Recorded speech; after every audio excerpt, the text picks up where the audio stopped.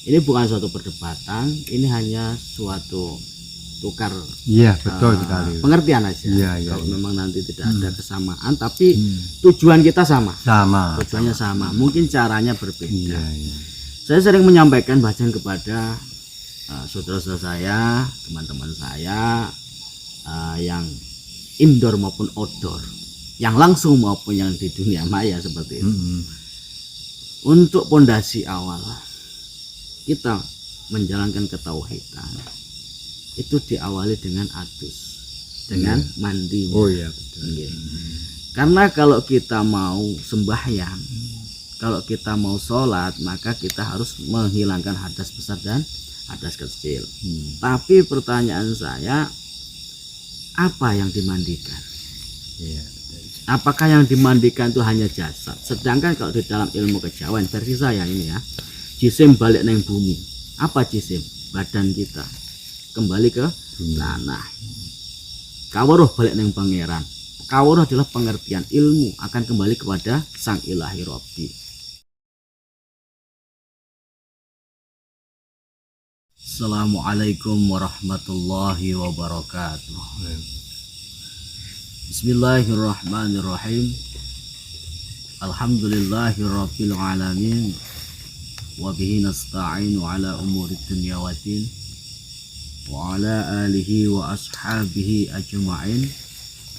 Asyhadu an la ilaha illallah wa asyhadu anna Muhammadar Rasulullah. Allahumma salli wa sallim wa barik ala sayyidina Muhammad wa ala alihi sayyidina Muhammad, amma ba'd. Hamdan wa syukran lillah. Pertama-tama marilah kita panjatkan rasa puji syukur kita kehadirat Allah Subhanahu wa taala dengan alhamdulillahirabbil alamin. Pada kesempatan ini kita semuanya oleh Allah masih diberikan ketetapan iman, diberikan ketetapan Islam, dan diberikan kesehatan zahiran wa batinan, sehingga masih bisa menjalankan segala perintah-perintahnya Allah dan juga menjauhi segala larangan-larangannya Allah Subhanahu wa taala. Dua kali selawat serta salam semoga tetap tercurahkan kepada junjungan kita, kekasih kita, panutan kita, yang kita harapkan syafaatnya ila yaumil qiyamah, yakni baginda agung Nabi Muhammad sallallahu alaihi wasallam, serta keluarga dan sahabat-sahabatnya. Mudah-mudahan kita semuanya diberikan syafaatnya Rasulullah Muhammad sallallahu alaihi wasallam fid dini wad dunya wal akhirah, sehingga kita diselamatkan dari fitnah-fitnah dunia, diselamatkan dari fitnah-fitnah dajjal, dipanggil ke rahmatullah dalam keadaan husnul khatimah. Amin amin ya rabbal alamin. Sahabat yang dirahmati oleh Allah Subhanahu wa taala, mudah-mudahan apapun yang menjadi niat hajat saudara-saudaraku, sahabat-sahabatku, dilancarkan, dimudahkan, dan dikabulkan oleh Allah hajat dunya wal akhirah wal maisarah, sehingga kehidupan kita semuanya oleh Allah ditata menjadi kehidupan yang lebih baik lagi untuk kemaslahatan keluarga kita tercinta, untuk kemaslahatan banyak orang. Karena semata-mata kita hanya bisa ikhtiar, selebihnya maka Allah yang mentakdirkan. Insya Allah kita tergolong orang-orang yang beriman, yang diridhoi oleh Allah, dan mudah-mudahan di dalam hati dan pikiran kita diterangi oleh nurullah wa nur Muhammad. Amin ya rabbal alamin.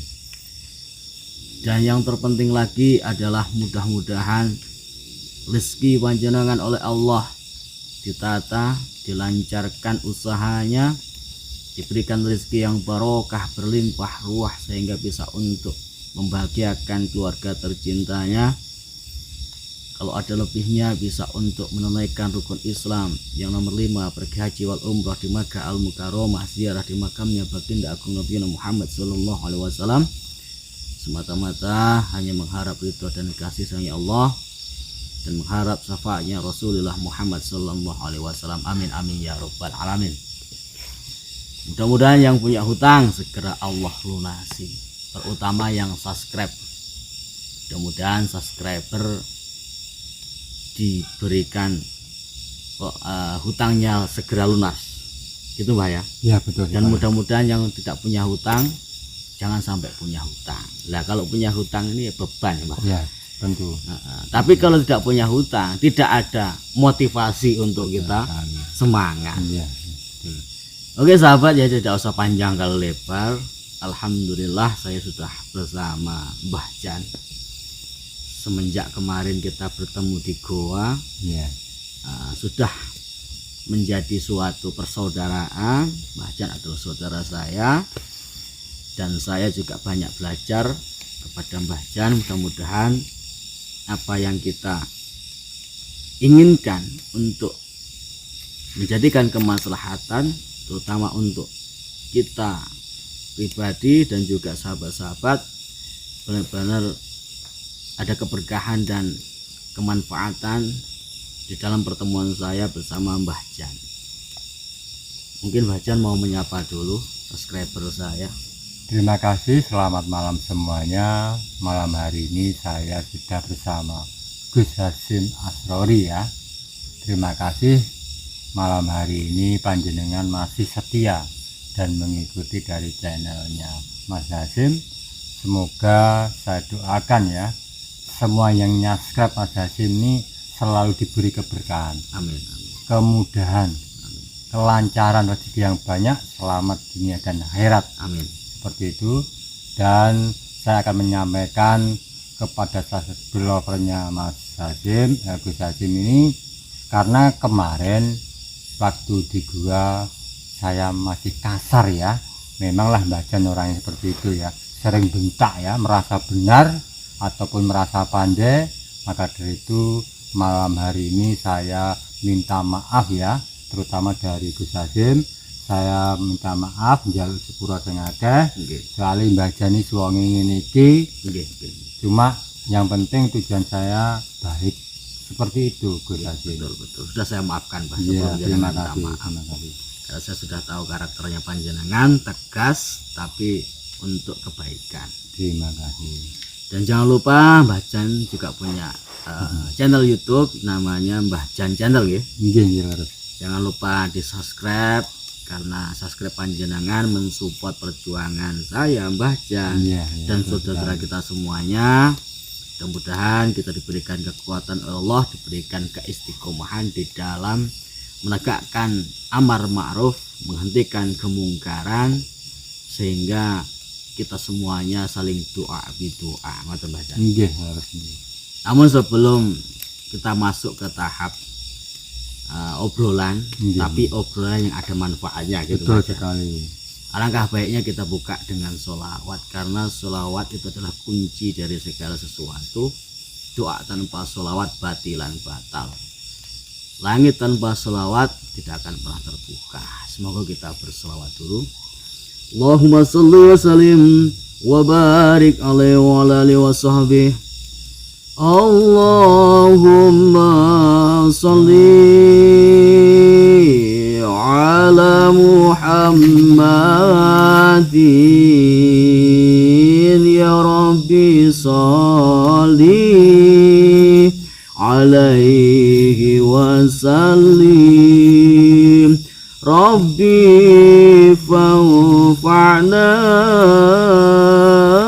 bi barakatihim wahdinal husna bi hurmatihim. Sallu ala Nabi Muhammad. Sudah dengan wasilah sholawat, lantunan sholawat, bacaan sholawat, setiap langkah kita, setiap tarian dan hembusan nafas kita membawa keberkahan.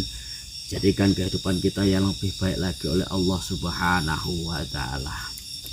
Monggo Mbah Jan diawali, karena jenengan sudah tak anggap sebagai orang tua saya, karena saya masih di bawah panjenengan. Mungkin sepantaran dengan anak jenengan, Mbah. Iya, tetapi begini Mas Hasim, memang ilmu atau pengertian seseorang itu tidak diukur dengan usia.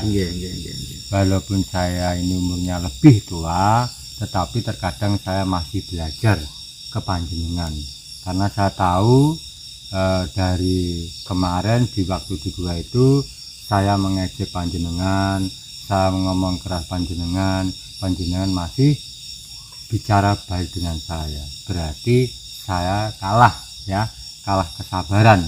Karena memang saya akui saya mendapat amanah dari Gus Samsudin itu harus sabar, karena memang kesabaranmu adalah kesaktianmu.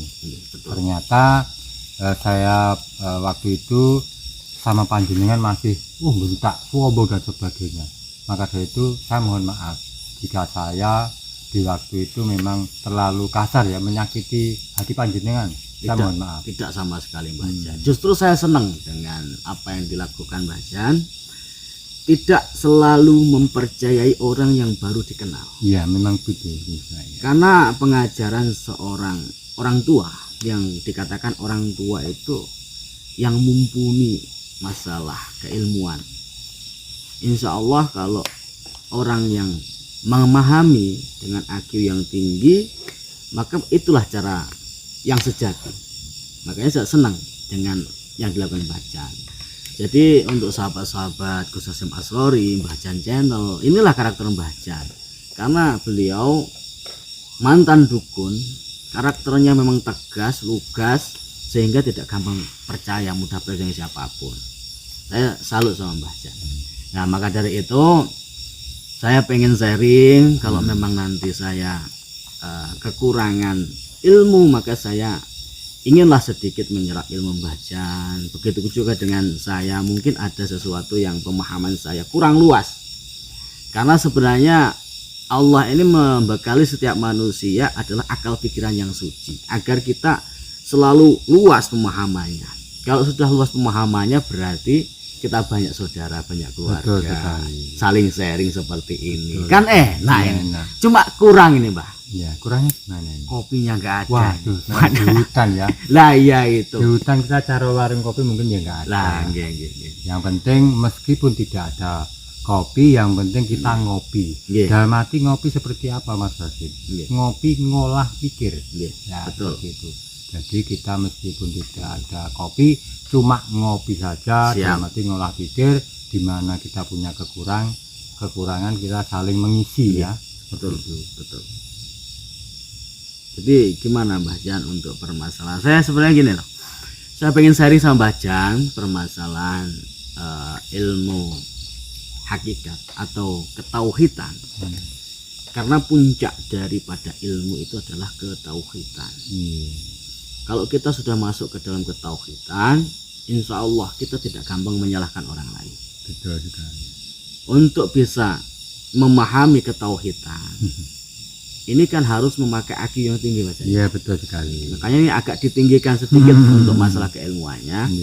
Mudah-mudahan saudara kita yang paham, yang mempunyai IQ agak tinggi, bisa menambah wawasan gitu Mbak Jan. Terus untuk bisa mencapai ketauhidan itu Mbak Jan, itu harus diawali dari mana? Menurut saya awal dari ketauhidan itu seperti ini. Pertama, kita harus mempunyai kondisi kesadaran. Betul. Jika seseorang melakukan kesalahan tapi tidak sadar dan tidak menyadari bahwa diri kita ini salah, itu tidak bisa untuk ketauhid. Itu awal atau katakanlah dasar lah. Dari kesadaran diri kita bisa.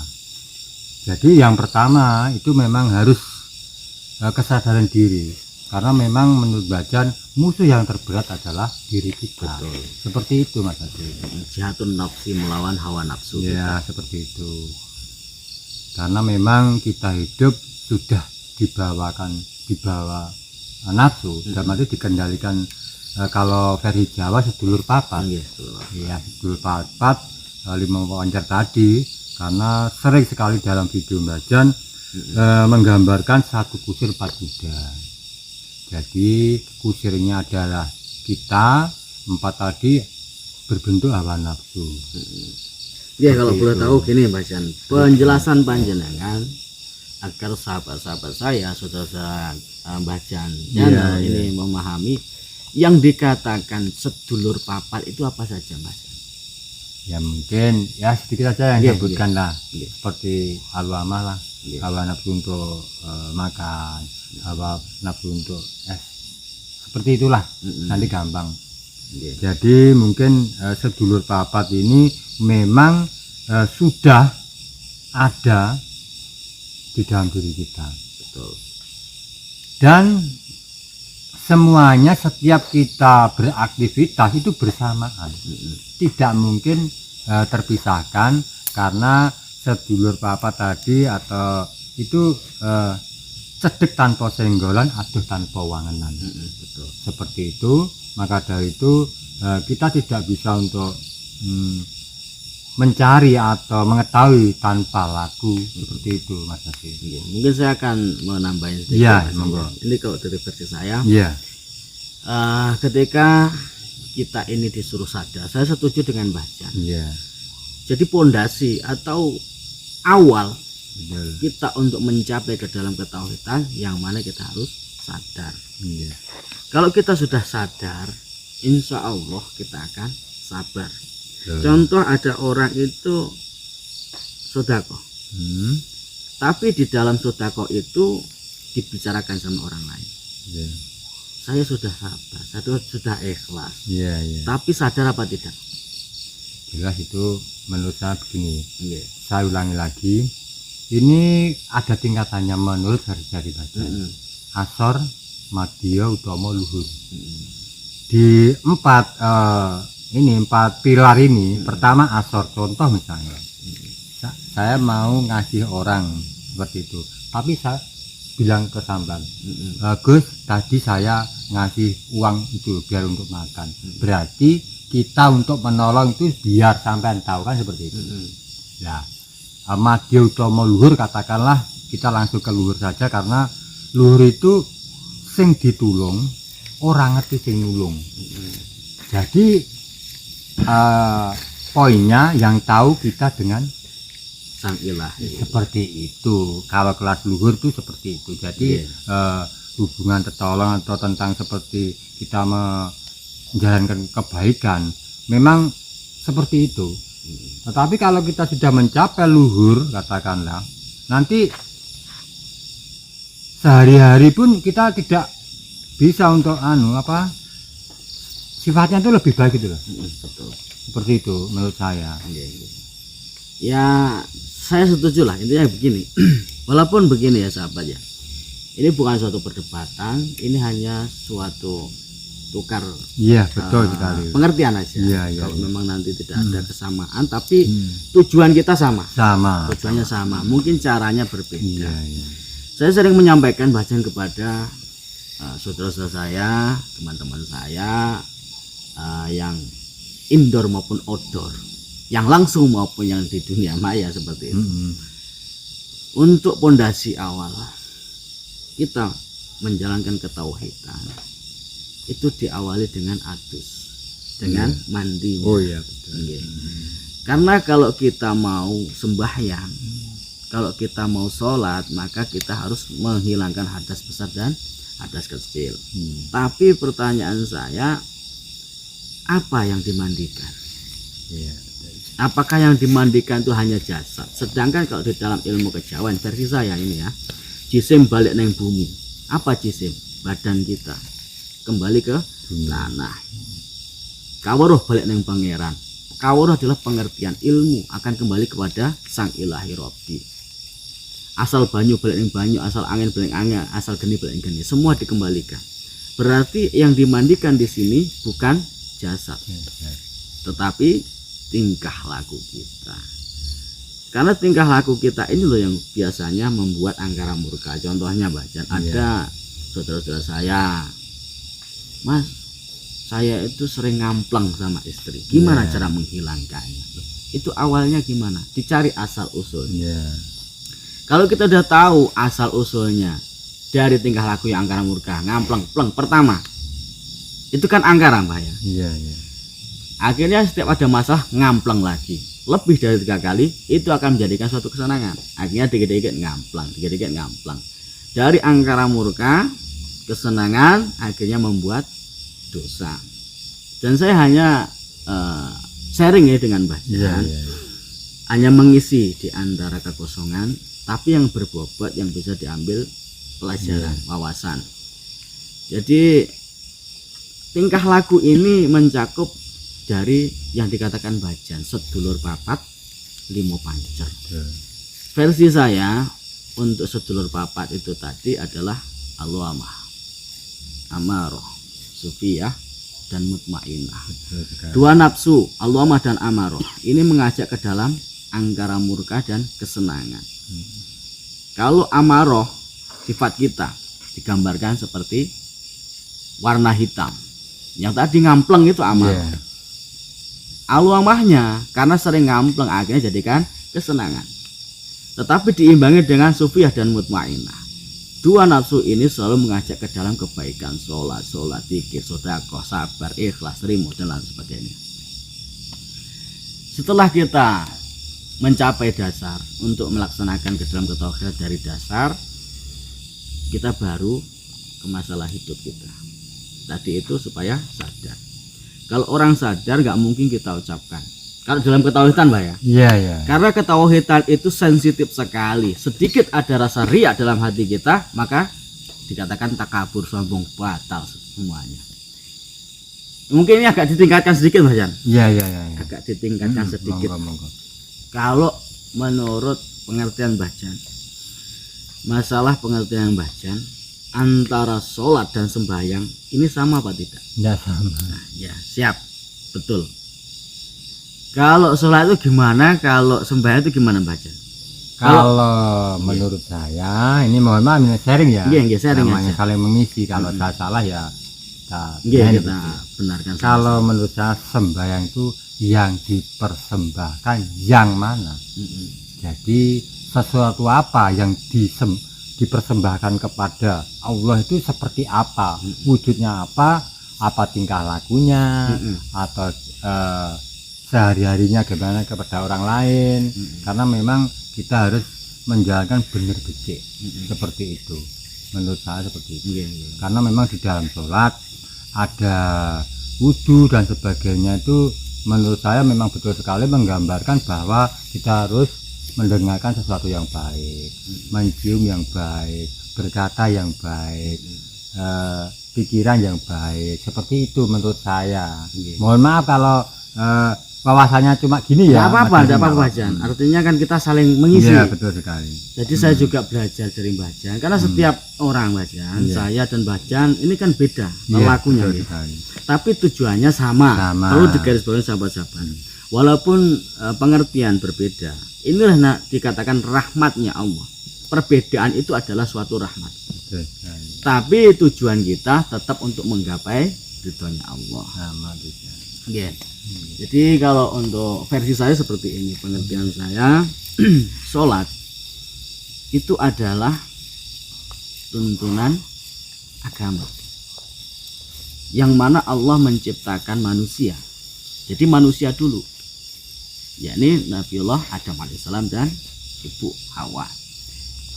Di sini ketika Allah menciptakan manusia dari mulai Nabiullah Adam sampai sekarang kita ini, artinya ketika disempurnakan oleh baginda agung Nabi Muhammad SAW, turunlah sholat 5 waktu. Berarti agama setelah manusia diciptakan, bukan agama dulu tapi manusia dulu.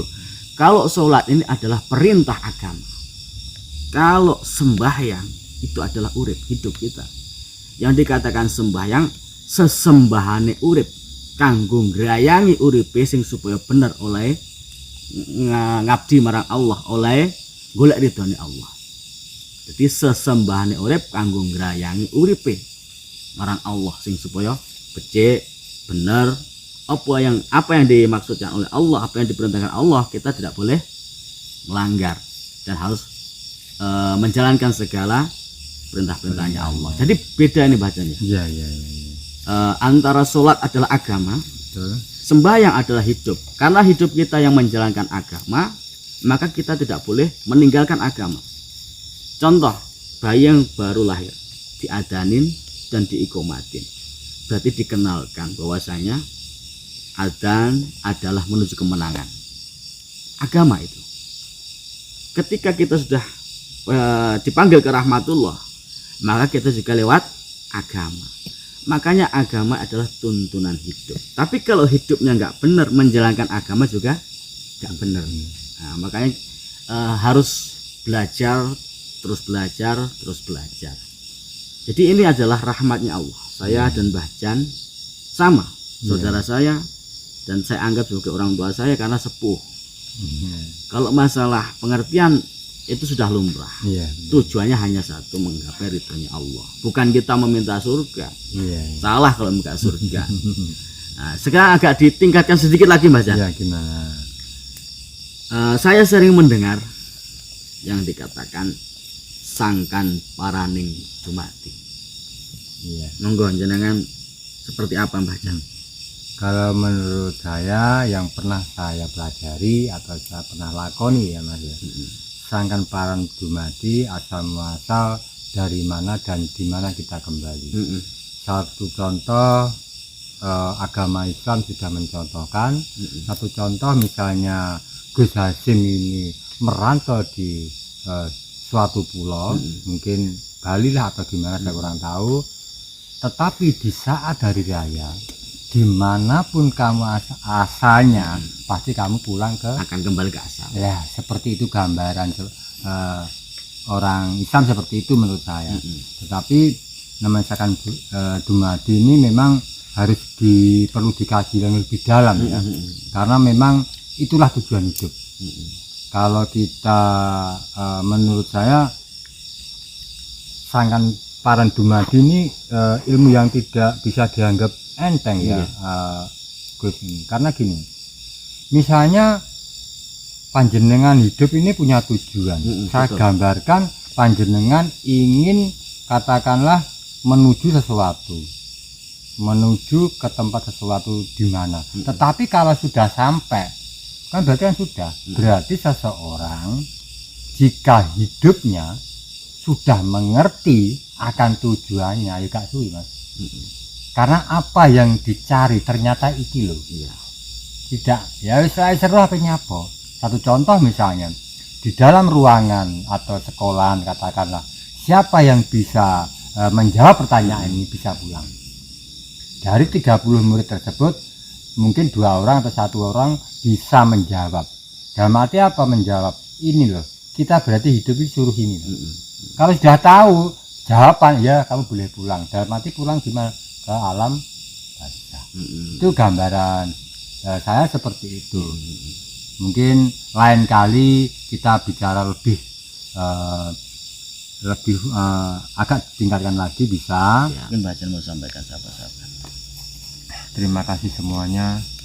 Subscribe blogger dari Gus Hasim ini malam hari ini masih setia mengikuti channelnya, dan saya pribadi Mbah Jan channel mengucapkan banyak-banyak terima kasih. Saya merasa masih kurang, maka dari itu saya ingin belajar dengan Gus Hasim ini supaya saya lebih baik, karena memang saya masih menggunakan hawa nafsu saya. Hanya ini adalah suatu pelajaran bagi saya pribadi. Apa yang saya lihat ini adalah suatu pengalaman agar saya tidak mudah terpengaruh. Makanya saya juga belajar juga Mbah Jan. Terus kita saling belajar sajalah. Karena kekurangan saya, Mbah Jan akan mengisi, dan kekurangan Mbah Jan saya akan mengisi. Jadi saling mengisi satu sama lain. Yang jelas jangan pernah takut dengan siapapun, dan jangan pernah percaya dengan siapapun. Percayalah dengan hidupmu sendiri. Takutlah dengan tingkah lakumu sendiri yang angkara murka sehingga membuat keserangan, akhirnya terjadilah dosa. Tempat yang paling mulia, tempat yang paling baik, tempat yang paling suci yaitu gelar sajadah, bersimpuh mengadu apapun yang menjadi problematika kehidupan panjenengan, maka Allah Subhanahu wa taala yang akan menjadikan kesusahanmu, beban hidupmu, keberkahan, jalan solusi yang paling baik. Fa inna ma'al usri yusron, inna ma'al usri yusra. Setelah kesulitan Allah pasti berikan kemudahan. 2 kali Allah berfirman dalam surat Al-Asr itu. Bistalah, yakin setelah kesulitan tak berikan kemudahan. Kalau kata yang Mbah Jan, logikanya yang kasih nyatan, kalau kita naik ke gunung Gak mungkin kita nggak nyampe puncak. Udah sampai puncak, pasti kita menemukan jalan yang turun kok. Masa iya nanti mau hujan, mau meletus itu nggak turun kan gitu Mbak ya? Iya betul sekali. Ya mudah-mudahan di dalam setiap tayangan kita ini ada hikmah, ada suatu pelajaran yang bisa diambil sebagai penguat keimanan kita, wawasan dan pelajaran agar panjenengan lebih dekat kepada Allah Subhanahu wa taala. Kunci utama guru kang sejati adalah melalui orang tua kita. Urung-urung tanpa guruku kang sejati ya bobo biyungku. Karena kita terlahir dari seorang ibu, maka dikatakan Pangeran Katon ya wong tuaku. Kunci itu jangan sampai mencari guru ujung kulon, ujung timur, ujung lor kidul. Tapi orang tuamu mbok sia-siakan, itu dosa besar. Ridallah fi ridal walidain. Ridhonya Allah tergantung ridhonya orang tuamu. Kalau orang tuamu sudah ridho, kamu mencari guru, kamu mencari keberkahan, thalabul ilmi kepada seorang masyayikh, ulama, kiai, insya Allah mudah masuknya. Maka bahagiakanlah orang tuamu saat masih ada di dunia ini. Jangan disia-siakan dengan ucapan, dengan tindakan. Kalau perlu bisa mampu dengan materi, itu lebih baik lagi.